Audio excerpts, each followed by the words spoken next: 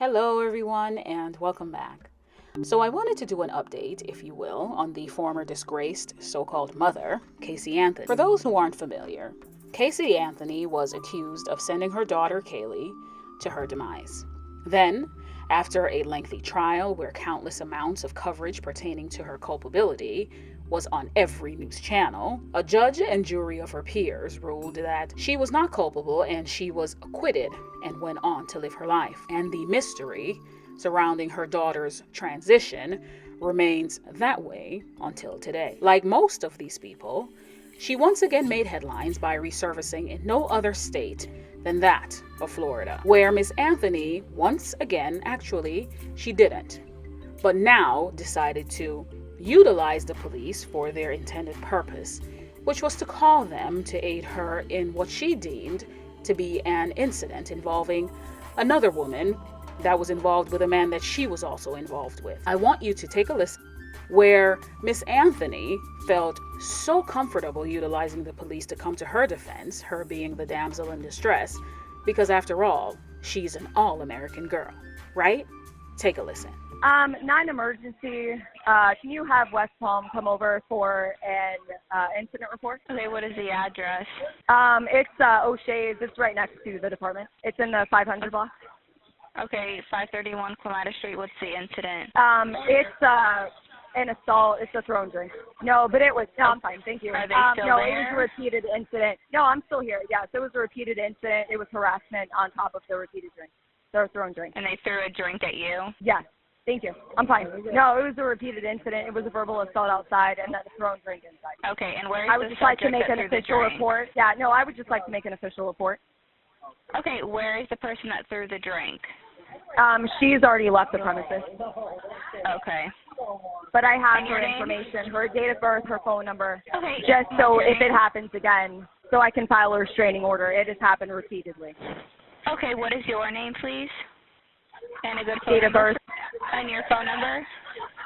All right, I have to call in for service. We're going to get someone out there as soon as possible, okay? Thank you so much. I appreciate it. No problem. Bye-bye.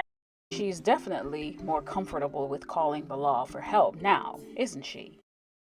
If you've gotten this far, please remember to like and subscribe. Now, some of you are going to watch this commentary and say, well, Dee, she was acquitted and she should get to live her life how she feels fit, and that everyone should move on from the incident. But the same vein with which you make those comments, lend that to no other than Mr. O.J. Simpson, because remember he was also acquitted? My daddy used to watch CNN and all those other so-called news channels, and this trial would be running in the background of my life. I remember hearing the details involved in this debacle, and as a young girl, I thought there was no way she would be acquitted. But I was wrong. This case just brings to light the juxtaposition that exists in this so-called American justice system, where you have one party who was accused of the ultimate crime against their own child, and she gets to walk free and live her life as if nothing happened. I'm talking free to walk about, visit bars, and live a life, a new life, if you will, without the stain of shame that should be most certainly attached to her for the rest of her natural life. But clearly, that's not the case.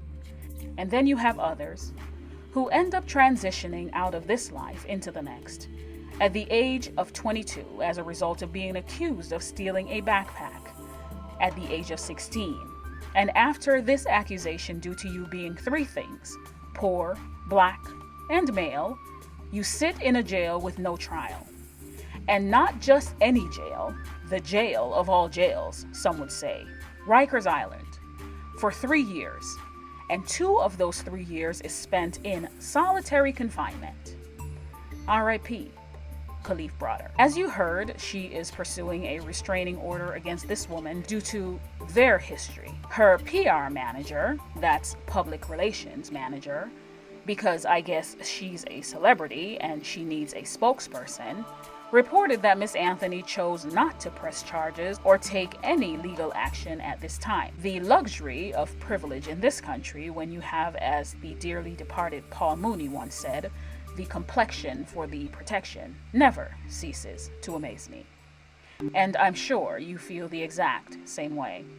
If you don't, we can agree to disagree on that point. A point I will never be moved on, by the way, because my lived experiences outweighs your hypothetical ones. And if you haven't already, remember to subscribe to this channel, like and share. Also, turn on your notification bell and stay tuned for more. And I will most certainly catch you in the next one. Goodbye.